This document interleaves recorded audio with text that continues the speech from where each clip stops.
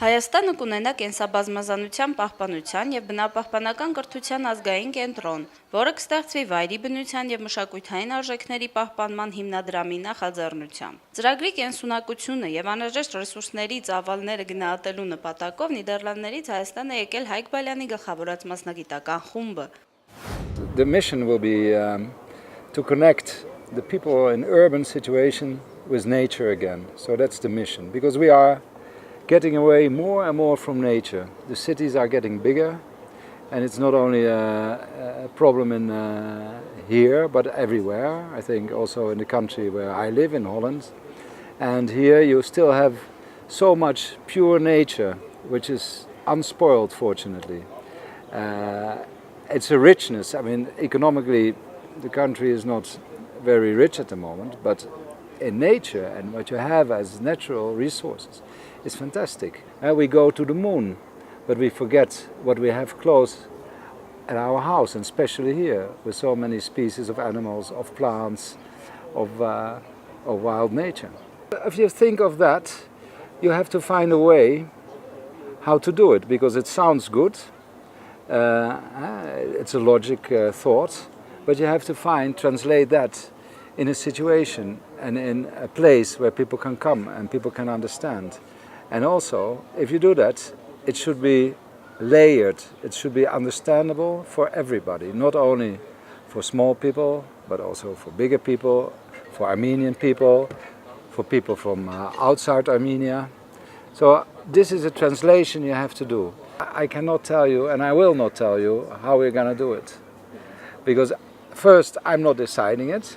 It's Ruben Kacsatrian, the director of the Foundation for the Preservation of Wildlife and Cultural Assets. And secondly, we are still discussing the things, and I think it's very important that you bring something into the open when the plan is completely ready. But we started working. I came with 4 people here, with landscapers and so forth. So we are busy working on it. Հայկ Բալյանն անդրադարձավ նաև Երևանի կենդանաբանական այգու վերակառուցման աշխատանքներին, ինչպես նաև տարբեր երկրներում կենդանիների նկատմամբ հասարակության վերաբերմունքի առանձնահատկություններին.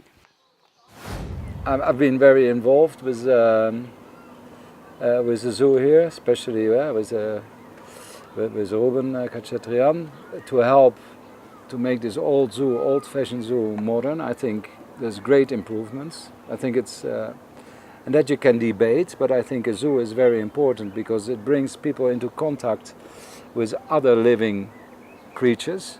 And if you don't get this contact, you see that in cities.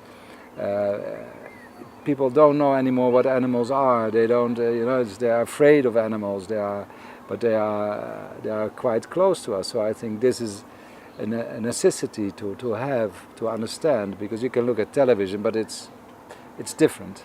The real thing, the smell, see the animals move, and I think there's a great transition here, and it will take years, but a lot of things changed, and the position for the animals, the situation is much better.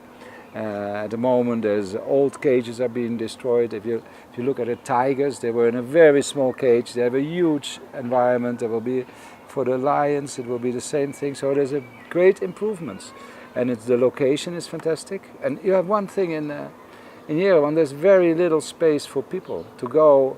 With your family too. Where can you go? So this is also like a park. You need space here where people can come together, where there's a whole family can go, and where you are safe, and where you can go together. So part of a zoo is also the social connection between people, where you can go together, where you all look at the same thing. So I think I'm very happy with what is happening and the efforts that are made, because the standards and the animal welfare is going up and up. But you cannot change the world in one day, and so it's a process. That is the most important of the zoo here, that you have so many species in nature here, of birds, of reptiles, bears, wolves, and so forth. So this is important. And also we help here with a project for the Caucasian leopard, which is set up. We sponsor that. We sponsor it because we think it's important. We cannot put a Caucasian leopard in Holland outside. You know, we cannot do that because there's no more wilderness like you have here. So I think to keep that, it's not only Armenia, it's good for everybody. The problem is always if you don't have something and you see it somewhere else, you think, wow, this is beautiful. So we don't have so much. We have to reinstall it. So we have to make places. We have to fight for space, for parks in the cities, for places in Holland and all around Europe, for nature, to make reserves.